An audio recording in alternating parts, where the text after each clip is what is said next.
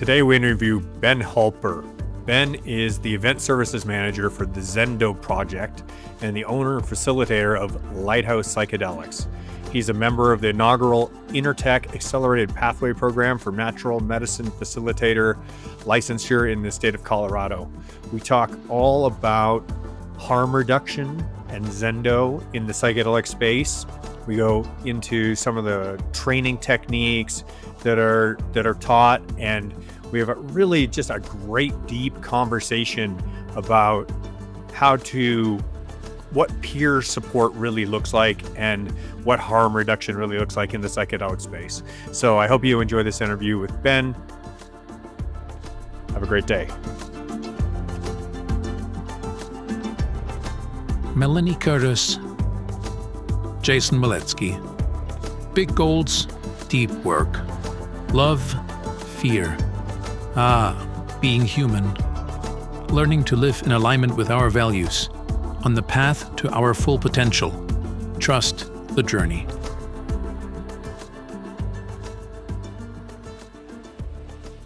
Ben, welcome to the show. Thank you, guys. Yes. Pleasure to be here. Yeah, I'm super happy to have you here today.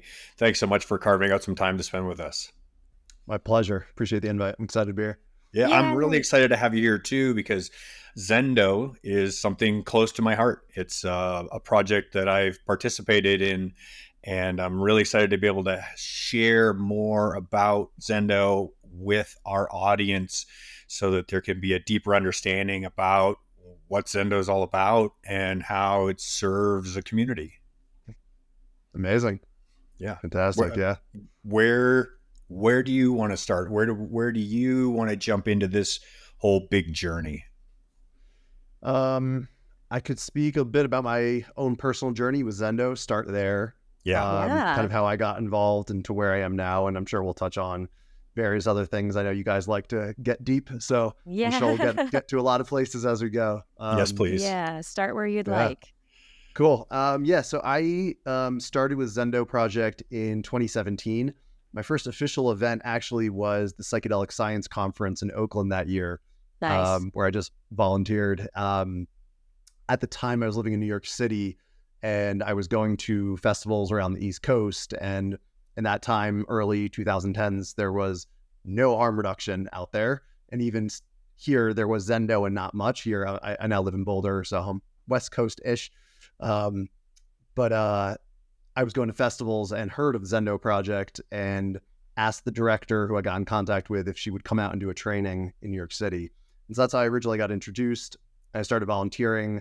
Psychedelic Science 2017 was my first event, and just been on the road with them since then, holding various roles. And right around 2021, 2022, sort of coming out of the pandemic as we started to re-envision getting back out in the field, going back out to events. I took on the event services role to coordinate all of our events out there. And now we've grown that team as well. That's kind of been my journey and where I am now with them. Awesome. Yeah, and I wanted to, if you can, tell us what harm reduction means. So for people who are listening who might not know that term or might not know how and the ways that you apply that term, tell us more about that. Yeah. Harm reduction is a broad category of principles and practices that lead to risk reduction in any venue that might contain risk. It actually comes from addiction medicine originally. Andrew Tatarsky was one of the founders, and at least as far as I remember, of this concept of harm reduction in addiction medicine. He was somebody who I knew when I was in New York, and it applies to substance use and psychedelics in terms of substance testing is a big area of harm reduction. What we do in terms of sanctuary support, holding space, peer support within events, and then any other practices, or it's really a state of embodiment of one of harm reduction, of how do you approach behaviors that we engage in as individuals and encountering other people in a way that mitigates risks, reduces potential harm in whatever it is that we're taking part of. Wow, Yeah, that's amazing. awesome. So I want to jump in for a second here just on that topic. I'm a child of the 70s, which put me raving in the late 90s. And in this time frame, things were loose, to say the least, right? And some of my early experiences with club going and festivals and events and psychedelics led to some pretty unhinged experiences where, you know, somebody slumped over in a corner having a rough time by themselves. There's not really anybody looking out for them. It's kind of, if they didn't have friends there who were specifically caring for them, they could very easily be, in a very rough place or easily victimized, even within their own mental experience. And I remember a lot of my early years were in Miami in like ultra music festival and club space and like these really high intensity environments where there's a lot of substance use, there's a lot of energy. It's a very commercial environment. And I can remember being scared at times about just how, like, when a crowd got too big and things pushed and pulled and, the big concert scene kind of stuff. And I felt a lot of energy around it that didn't really make me feel safe. I felt like I had to be taking care of my friends group and we needed to be guarding each other and that kind of stuff. And then just from my own experience, started going to Burning Man, started going to Shambhala, and had completely different experiences, just night and day, completely different.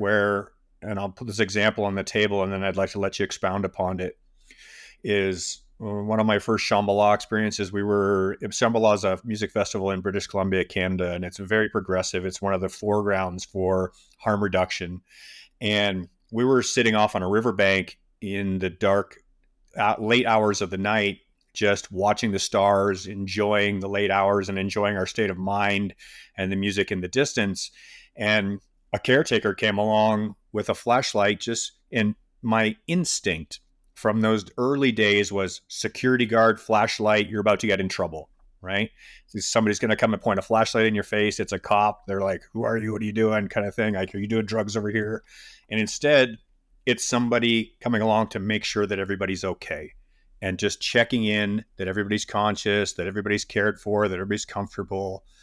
And that was really my introduction to harm reduction, and what Zendo was doing was through Shambhala. So take me a little bit further down the road here.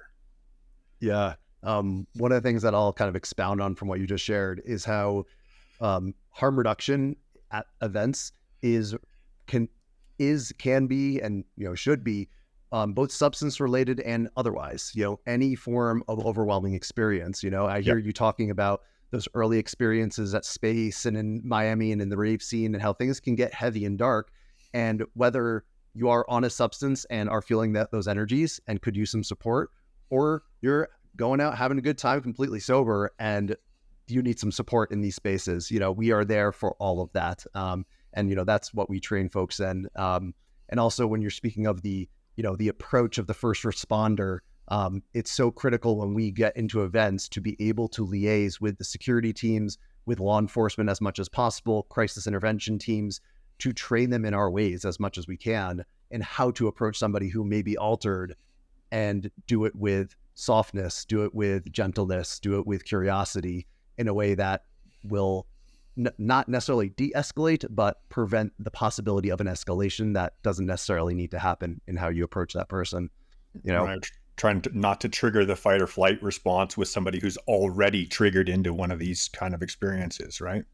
Yeah, exactly. That's a question that I had. Yeah, sorry, you keep going.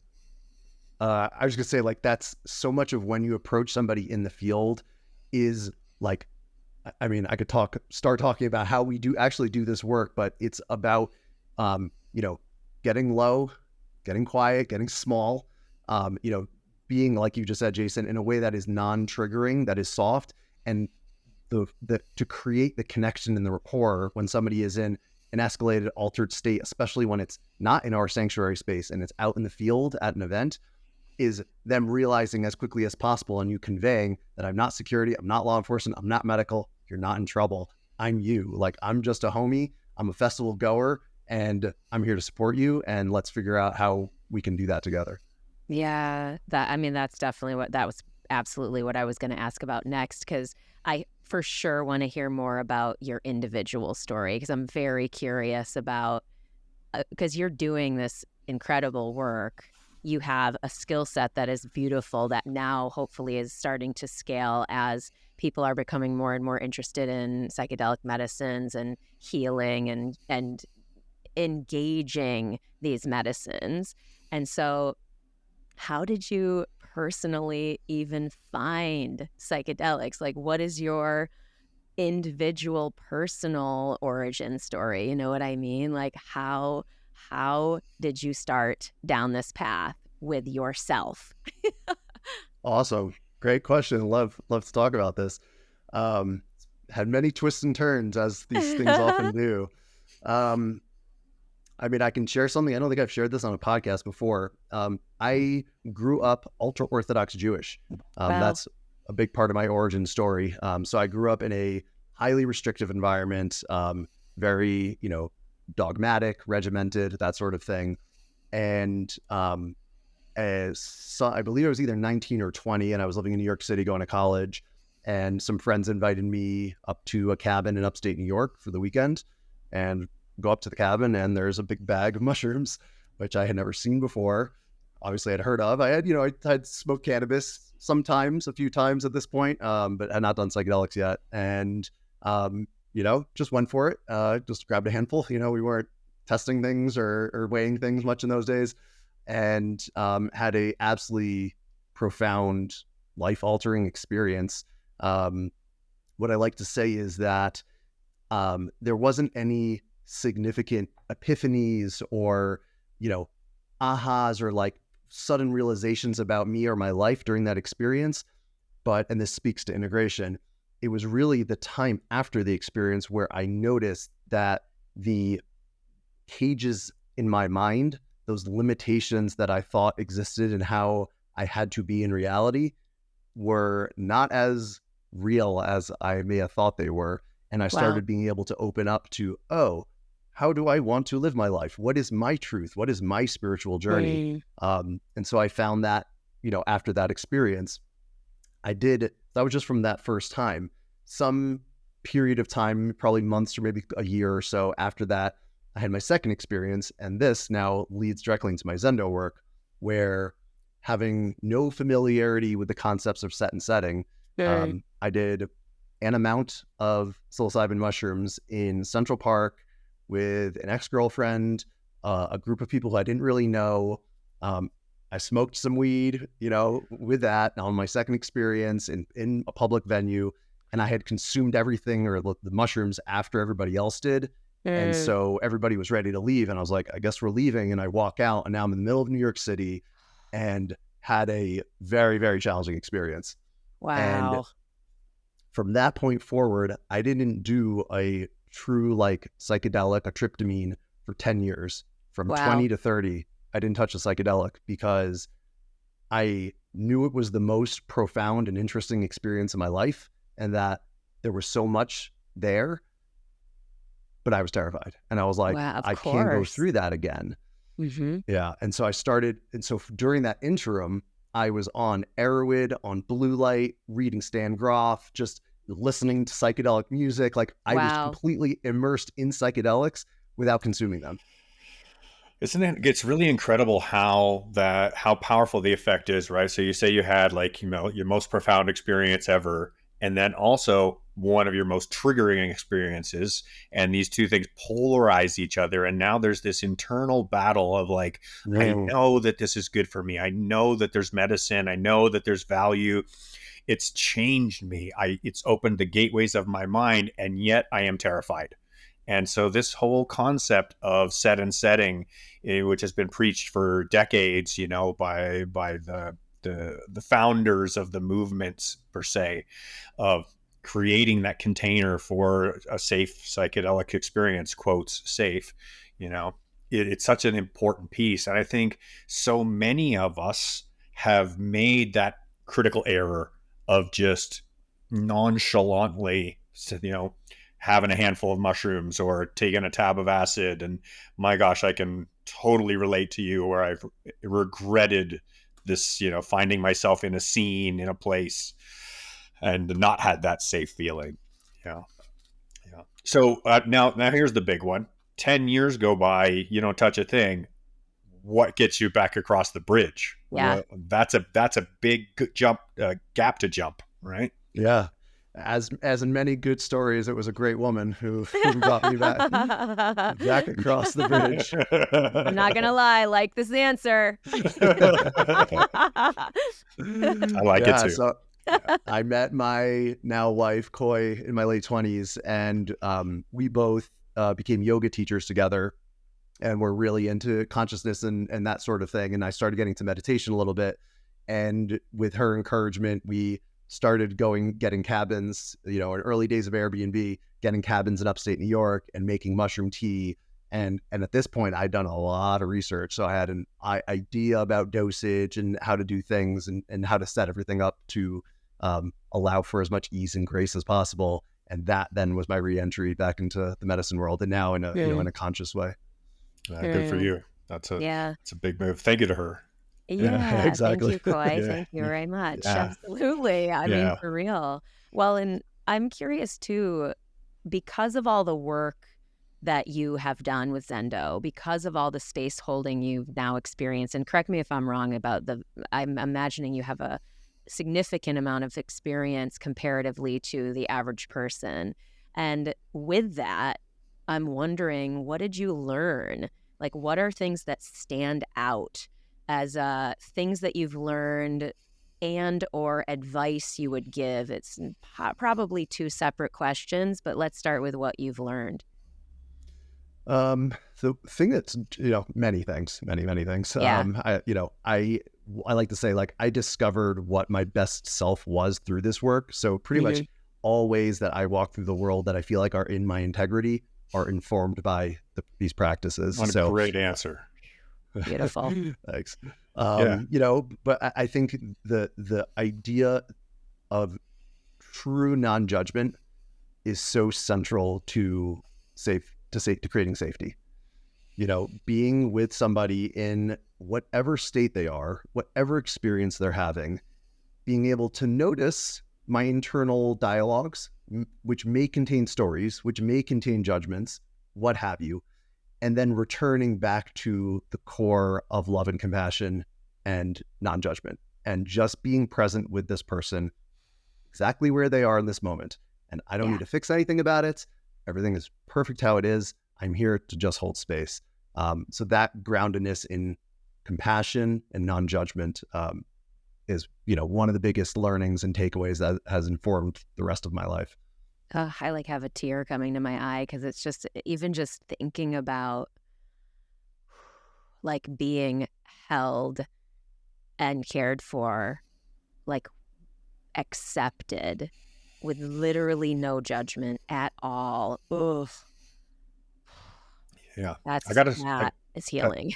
That answer, I have to echo Melanie, is that I almost felt like the same effect that I feel with a really powerful koan, where that concept of like the infinite understanding of that in and out, just as a cyclical experience, to be like, what does it feel like to be held and seen without judgment and with full compassion, as well as what does it feel like to just be to receive and to hold somebody without judgment and with compassion and love and allowing. It's such a place of peace that I think many of us don't get to experience as often as would, I think, be good.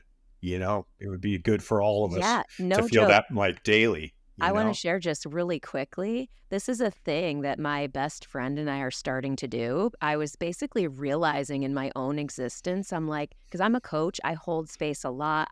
I love and hold truly non-judgmental space. It's a wonderful gift in my own life to be able to do that and experience that from that role. What I realized though is that, like, man, I need more of that for myself. Like, I need to be witnessed. I need to be loved in this way. I need a space where I can just talk and not worry about being a burden.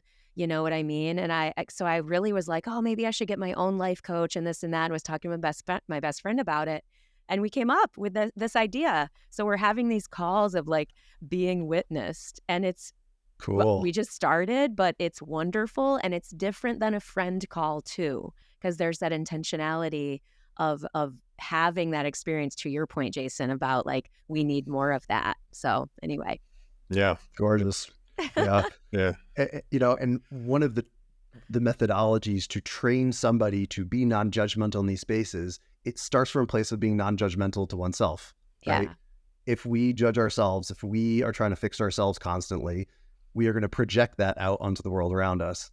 And so cultivating that inner acceptance, that inner love, that inner non-judgmental space, and it's a love communal healing, like you do the work as you do the work. So the more you're with somebody and holding space and being able to find that place of non-judgment, at least I find I then am less judgmental to myself, and I am less trying to fix myself. And then that allows me to now hold better space. And it's as beautiful. That's, how communal healing happens. Yeah. Yeah. There is something really beautiful in the experience of dropping that judgment in both directions as we lower this kind of, it's almost a guard or a shield of like, I need to protect myself by judging outwardly. And it's a mirror at the same time where I judge myself with that same, by holding up that shield, it bounces right back. And all it does is separate us from each other, right? Like there's nothing, it doesn't connect us in any way. And so we become more and more isolated into our own self-judgment and our own external judgments. And we become more and more separate. And who wants that? Beautiful. Yeah. And that. The sponsor of today's episode is Great Spirit Farm. Yes. Love having Great Spirit Farm with us, and specifically their ayahuasca microdose tincture. It is a natural MAOI antidepressant and anti-anxiety. Great Spirit Farm describes the feeling as a warm hug. It can help you access deep creativity, flow, intuition, and improve vivid dream recall, which actually has totally been my experience. So what is exactly in the bottle is the ayahuasca vine itself. So this is a tincture extraction, double extraction tincture that contains the Banisteriopsis caapi vine. Now, the particular vine that this has been extracted from has been growing in Florida now for over 25 years.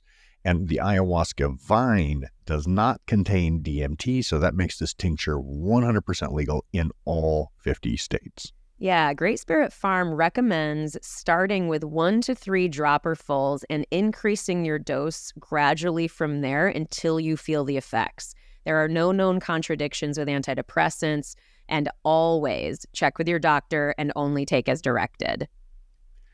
And what's really great about what Great Spirit Farm is doing is they're making sure that 10% of all the sales are returned to the Shipibo tribe, honoring the medicine's indigenous roots with active reciprocity. Now, if you want to try this tincture out for yourself, you can go to the website that is ayadose.com, AYADOSE.com, and you can enter our discount code TTJ10 to get 10% off your order. Again, that's ayadose.com and all caps TTJ10 to get 10% off your order.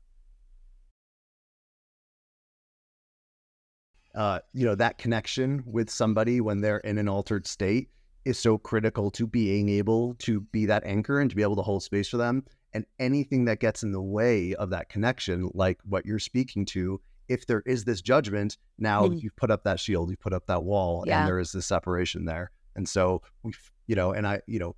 what we like to think about is like, we're all human and these things arise. So as you're sitting with somebody, there is maybe judgments that arise. It's going to happen at some point. There's going to be other mental or emotional states that arise in you that create disconnection.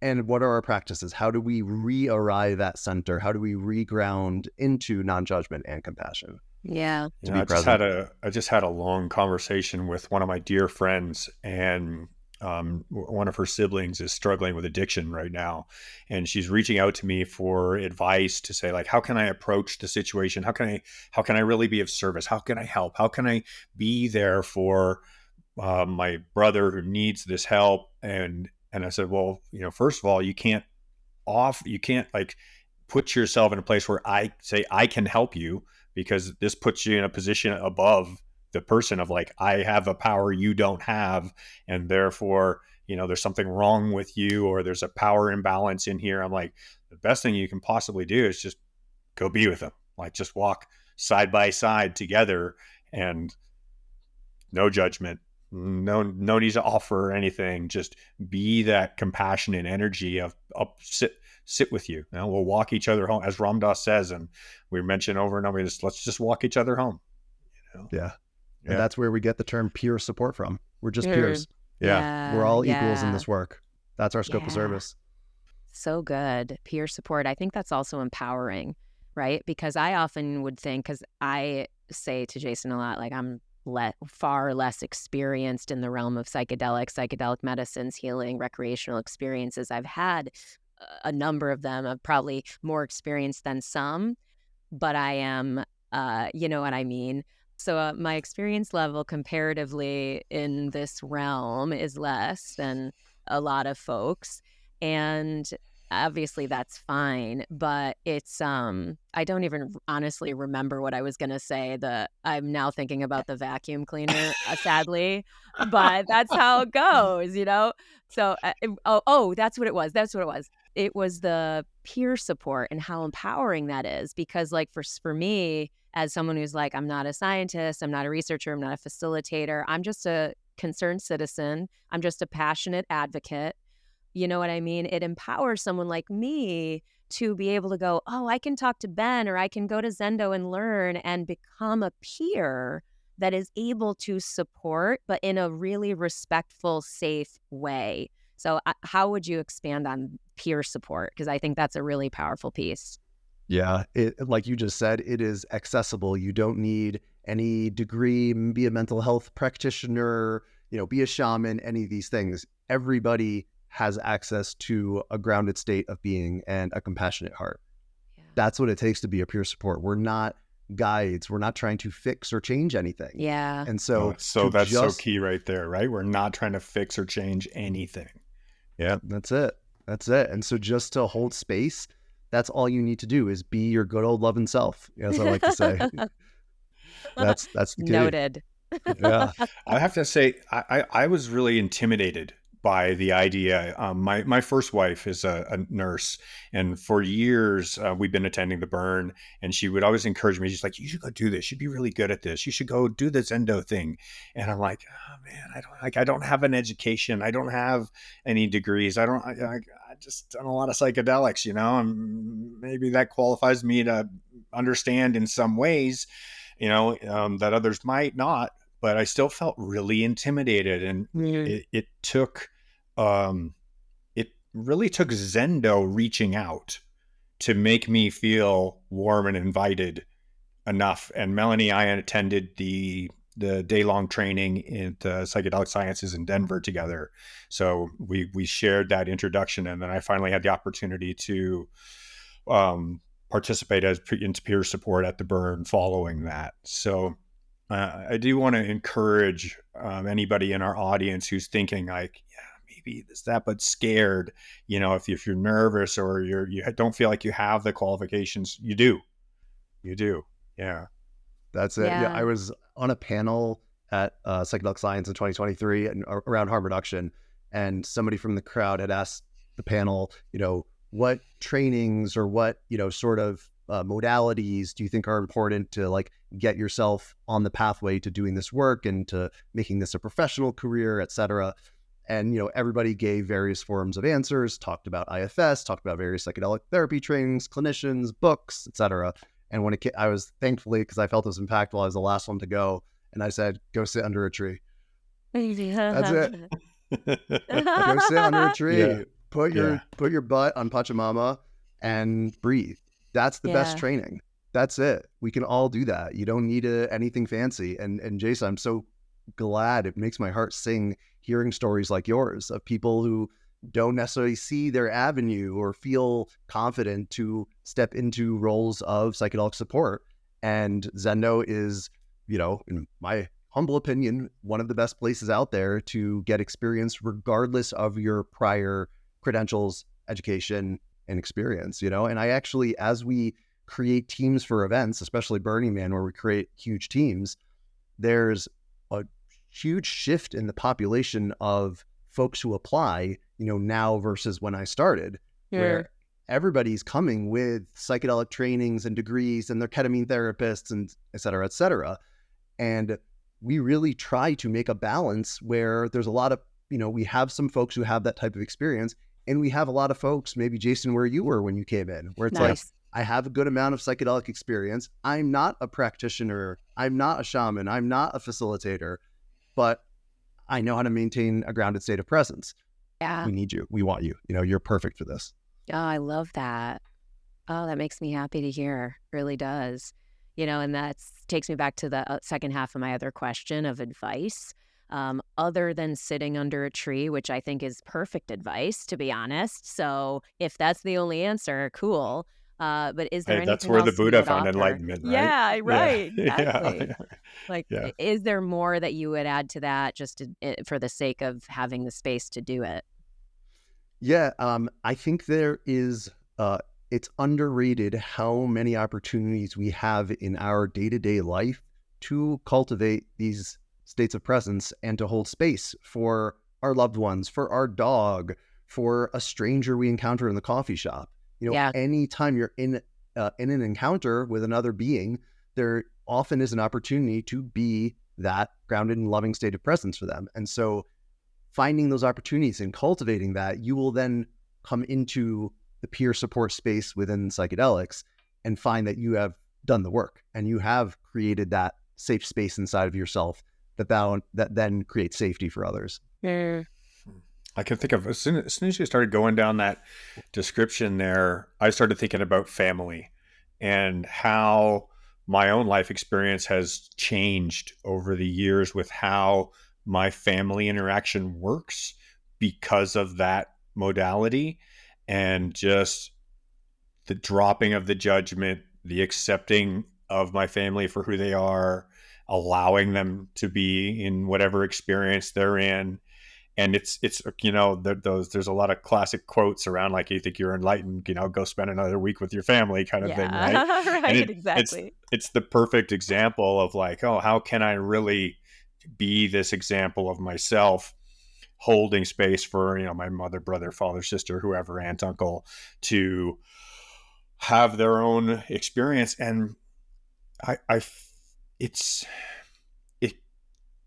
below the verbal level a lot of the time. I feel like there's some part of this conversation that we're having that's referring to an energetic vibration that is about like the wavelength itself is rounder and curvier, so that when people are in a presence of an outward energy that's warm and soft, that it allows them to feel that whatever they're putting out doesn't get refracted back at them, right? So it's you're taking some of what they have and just allowing it to wash past, not making it our own, and they're able to feel seen and heard. They're able to feel expressed, and that only goes on for so long, right? Like, there's a period of time where that energy needs to go outward, and then it burns out, or it runs down, and then it comes back in a reformed into a warmer energy.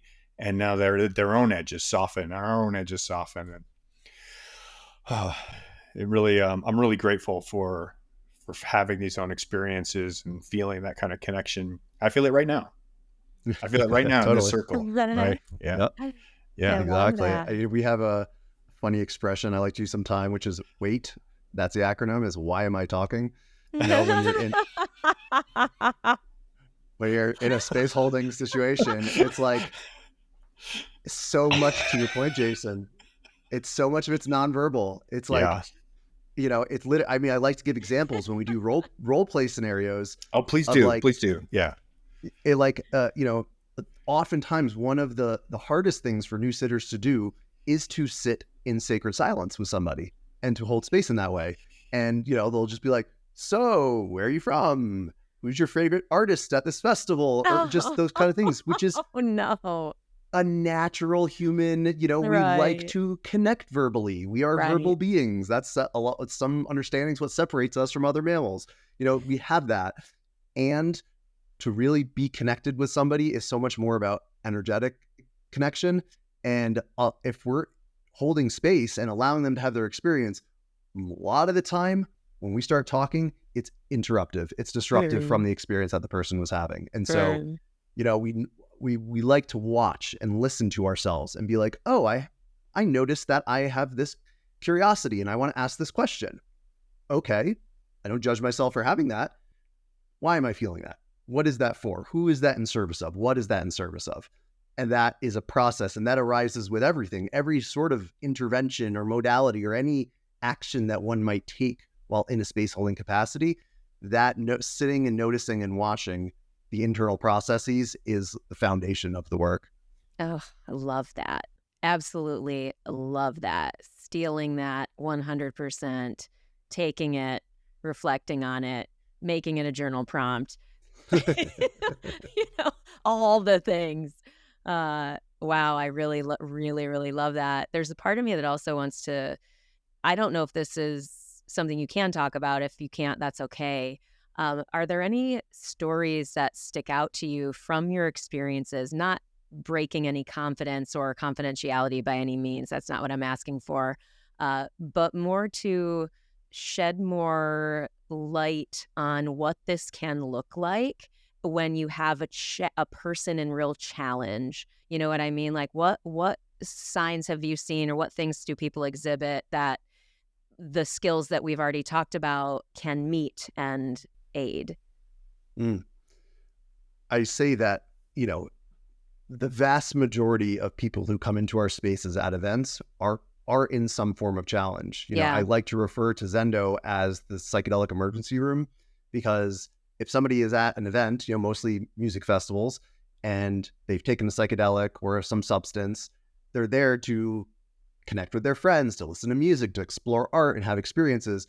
So if they're making their way to our sanctuary, not always, but a good percentage are having some form of a challenging experience. So that really what your question is like, of all the years I've been doing it, it's the vast majority of people are coming to us needing support for some version of a challenge. Gotcha. And there's, a spectrum of level of escalation of that challenge.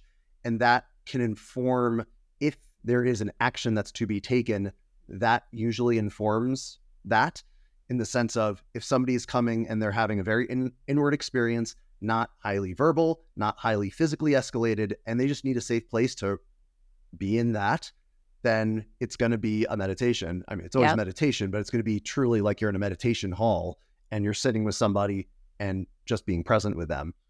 Other times somebody can come in more of an outward crisis, and where there is physical escalation, emotional escalation, what have you.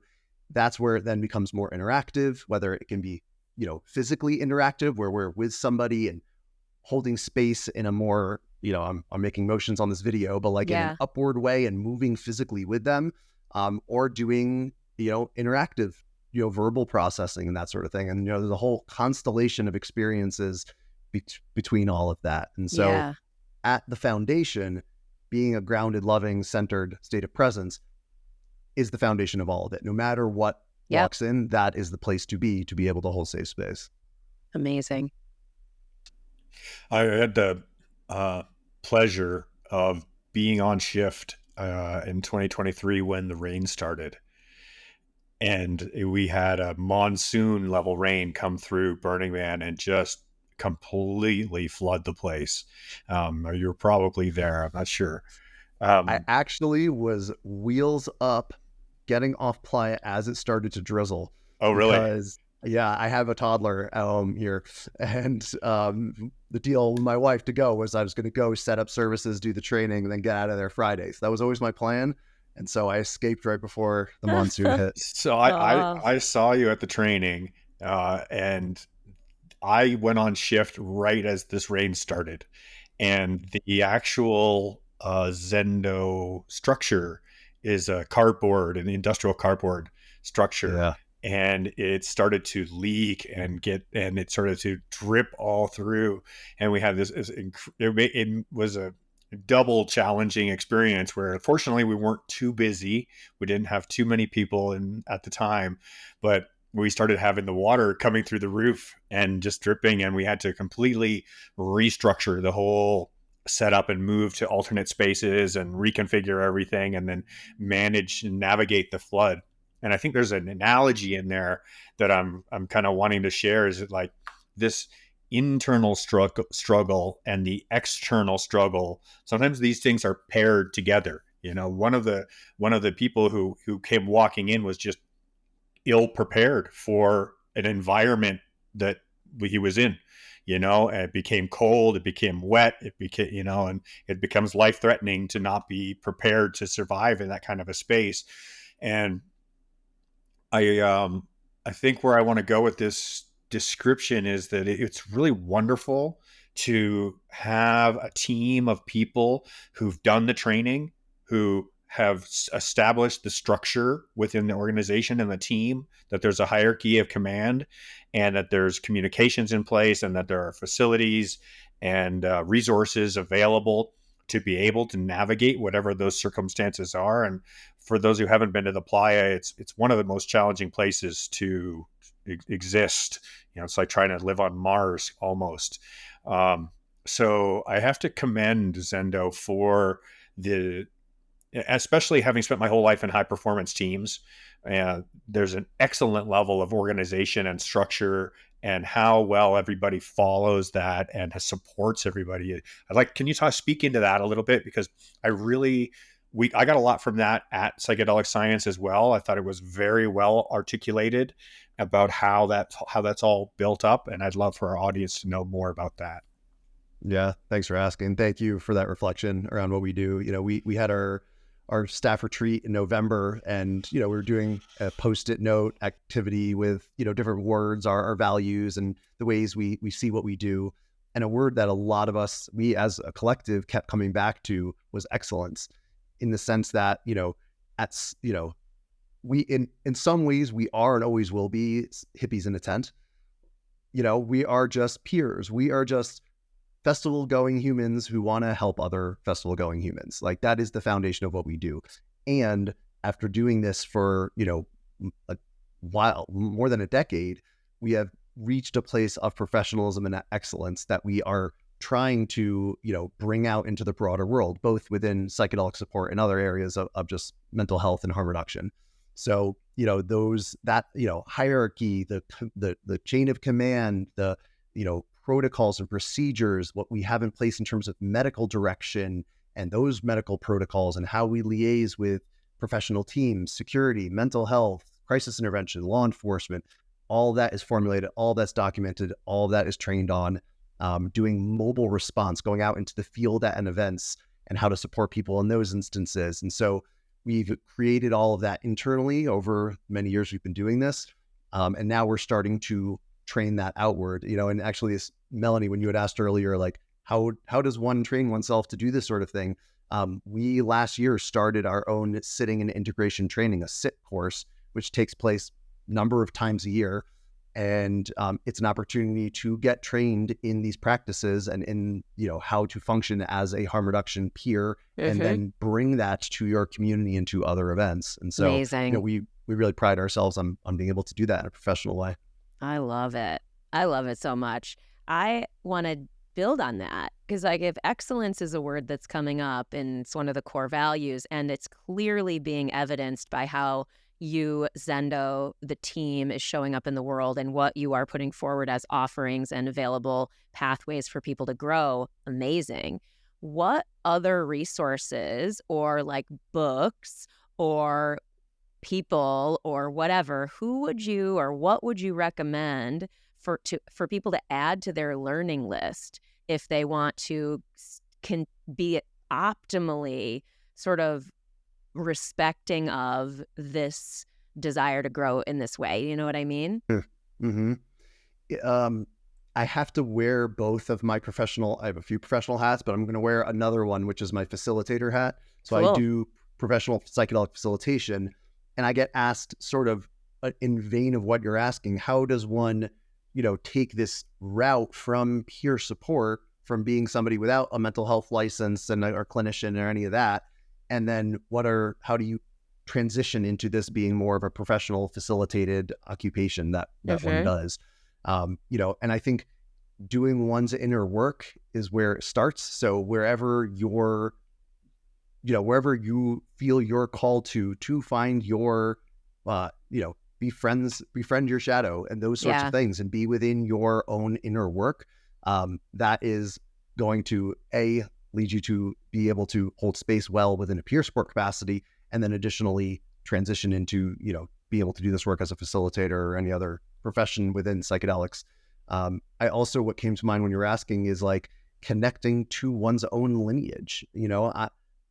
I have found that profound for myself within my own medicine path, is the reopening back to, where I started, where I came from, my own religious background, and being able to now find that, oh, this is actually my unique, like, I like this idea I got from a medicine carrier of like, our souls each chose the exact circumstances of our life in order to play out our growth opportunities and to heal our wounds and to be of as great a service as possible. And so that means that we actively chose our family, our life circumstances, socioeconomic status, religion, and all of that.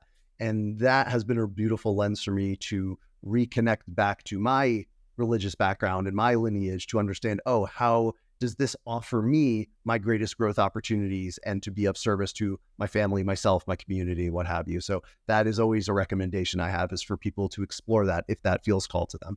Yeah. One thing I'll add real quick is a quote that I love is about, we can only meet other people as deeply as we've met ourselves. So it's in space holding, we can only hold the depth of space for another that we have been held in ourselves, that we have met ourselves. I think that's a really important thread that you're touching on there. It's Beautiful. deep work, eh? The whole family and heritage, lineage, ancestry, I've been doing a lot of this over the last few years in my own personal spiritual journey, working deeply with my relationship with my mother, with my father, with their relationship, and how each of their relationships have affected myself as the pawn in between each parent, and then the relationships I have with each of my siblings, and going back to my aunts and uncles and my grandparents and their grandparents and the grandparents that I've never met. And I've been spending some time with this idea of my grandmother and grandfather from Poland and from Bulgaria, who I've never met, and trying to imagine their lives in the 1800s and what it must have been like for them to have lived, and what kind of people that they were. And it's really bringing up a lot of things about myself that I think I've forgotten, or maybe never really actually took the time to like dive deep into. And I love to just accentuate's not the right word, but like encourage that deeper exploration of self, as you're saying. It's so powerful, and I'm feeling really blessed because lately, not only is my relationship with myself improving because of working on my relationship with my parents, but I'm seeing it with my sister and with my brother. And it's easier to be that grounded, non-judgmental version of myself with my family because of simply the work that I've done on my own, So I want to pivot for a second here. We don't have a lot of time left, and I want to go into what I found to be really powerful in some of the training. Is I'd love to hear some of the techniques and role playing, anything that you might want to share with how some of the training is performed, and because it's been very animated and colorful, and there were some great examples at Psychedelic Science 2023. And so, what would you be willing to share with us from there? Yeah. we have an incredible education team. I do some of the event training. We have lead educators who are all licensed mental health clinicians and are really the pros at conveying the sort of information that you're talking about. So I just want to name that. My area Cool. is in execution of events, and we have some really good educators out there on the team. Yeah. Fair. I think one that I can speak to though, which I recorded a role play for the training, is around physical escalation, an experience where somebody is highly physically escalated, big movements, what can be perceived potentially as aggressive actions, and how to be in space to create safety for yourself and for the other person and everybody else around you, and kind of finding that line where it's not de-escalation we're looking for, because we want to allow this a person's experience to play out exactly as it is and as it's meant to, while maintaining safety. And there's there are, what I like to say is, increasing levels of intervention with as light of a touch as possible. And so sometimes somebody could, especially like out in the field, let's say, you get a call by security and you go out an event and somebody is, I can think of one specific one. I'll give a real life example. I was in Costa Rica at an Envision Festival in 2018, and I got called into the vendor area where somebody was, flailing around, bouncing into the vendors, knocking things over, pushing into people, just having this big experience. And I went over to the person, kind of just took it in, I didn't interact, just kind of getting the lay of the land, catching my breath, centering and grounding myself. And I went over to them and approached from sort of a 45-degree angle. So you don't want to approach somebody head on, just facing towards them. That could escalate. It's like, oh, who's it? Why is this person coming at me? I'm a tall dude too. So like that can be a lot for somebody in an altered state. And of course, I don't want to approach them from behind or like directly from the side, because that might be surprising to them. So a place where they can see that you're coming, but not directly at them. And just from as far of a distance as I felt like it could start to create a connection, just in a very low, calm voice, just saying, hey, nobody may have said hey to him yet, and seeing if that makes a connection. Hey, and no connection made. Okay. As the escalation continues and it starts to potentially put a person or this person in danger or danger to other people, this is when you start to think about, where does physical intervention take place? And this is something that we train sort of our shift lead supervisors, coordinators. This is now like 2.0 Zendo training stuff that I'm speaking to. Yeah. But this idea of like slowly, with the lightest touch, physical interventions. And I just a gentlest tap on the shoulder, gentlest soft touch on the shoulder. And this guy is moving and flailing and it can seem aggressive. And that was enough to and he turned and he looked at me. And I wouldn't have done that if I didn't feel that there was a danger going on here. Yeah. And there was security nearby, and they trusted that I was a professional, so to speak, at this, a peer, but somebody who was trained in doing this. Yep. And that was enough to be able to create that connection. And then able to have whatever sort of verbal connection made sense. And then eventually, I don't remember exactly how it progressed from there to there, but eventually he walked with me of his own volition back to Zendo and held space for him there. And so those are the sort of things where you can see an experience that's really big and really scary. And if there is not sanctuary, if there is not harm reduction, we're trying to avoid the restrain and sedate model of care. I'm using air quotes. Yeah. Where somebody's having a big experience, and if first responders, if people aren't trained in interfacing with somebody in an altered state, specifically on psychedelics, that can end up being, oh, we need to restrain this person. Oh, we need to shoot them up with Haldol or ketamine, which is hilariously what is used for sedation. So there's an example of what we see out there in the field sometimes. Can I ask you to give me like a polarized example of somebody maybe gone the other way, like fetal, non-responsive, kind of like fully internal and, closing down? Yeah. Specific use case or scenario just jumped into my head was at Dirty Bird camp out in 21 or 22. I was there with RGX Medical, which has its own sanctuary. So it wasn't under Zendo's auspices, but I was doing the same harm reduction work. And I remember somebody came to our tent and said, hey, there's somebody in the middle of the road here, in exactly as you're describing, Jason, just like in fetal position, closed off. And, I got real low to the ground and literally crawled over to them and tried to make verbal connection. And there was no response.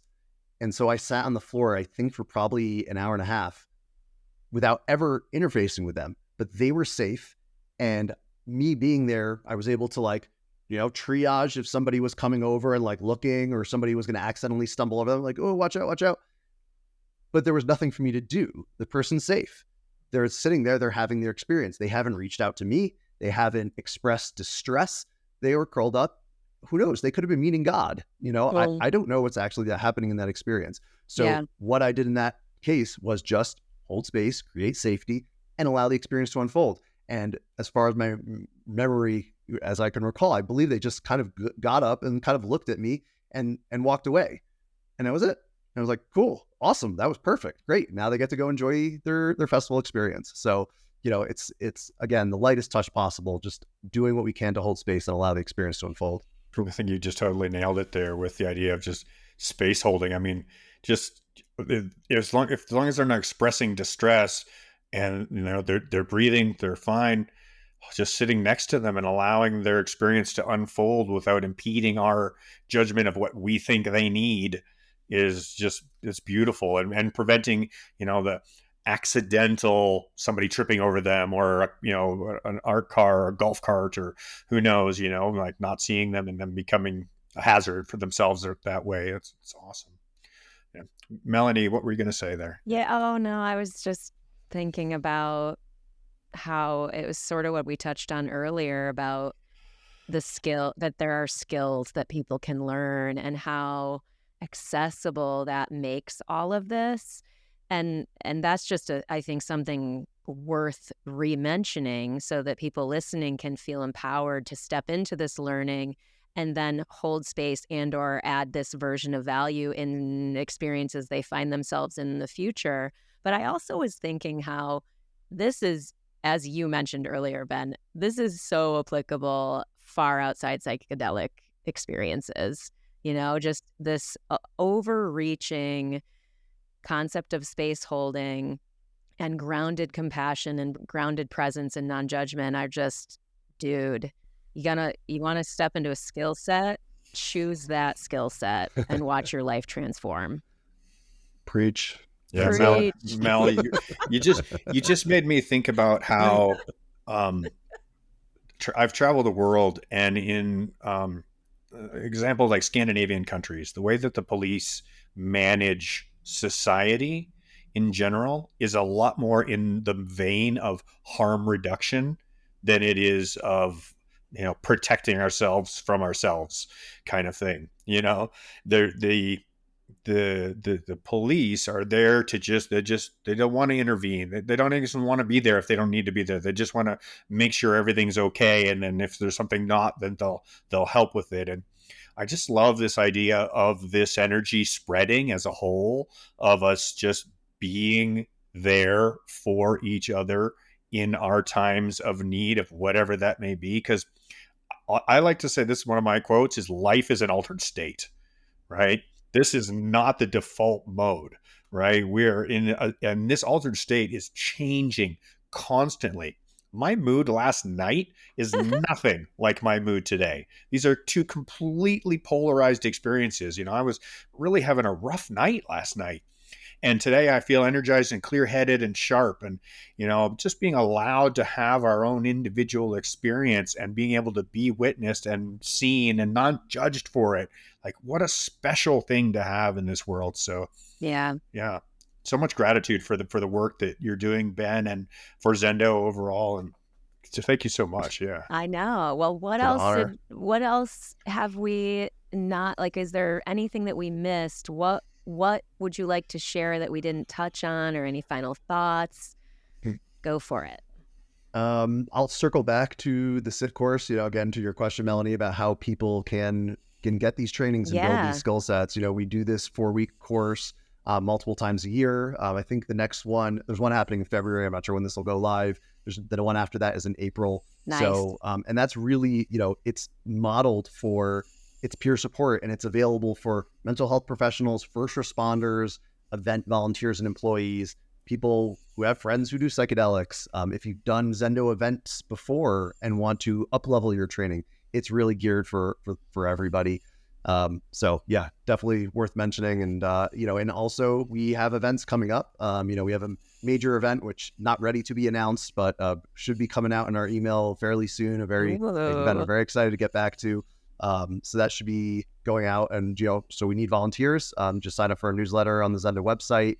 And then you can apply for our events. We're going to be at Psychedelic Science running services. We'll have a booth. We'll be doing a workshop again. It sounds like Nice. Jason, you attended that in 2023. Both Yeah. of We'll us, be yeah. doing a work. Yeah. Nice. Yeah, so we'll be doing a workshop again this year in June, and then a few other festivals on the horizon for this year. So, a lot happening and a lot of ways to plug into what we do, and we love to have great people joining us.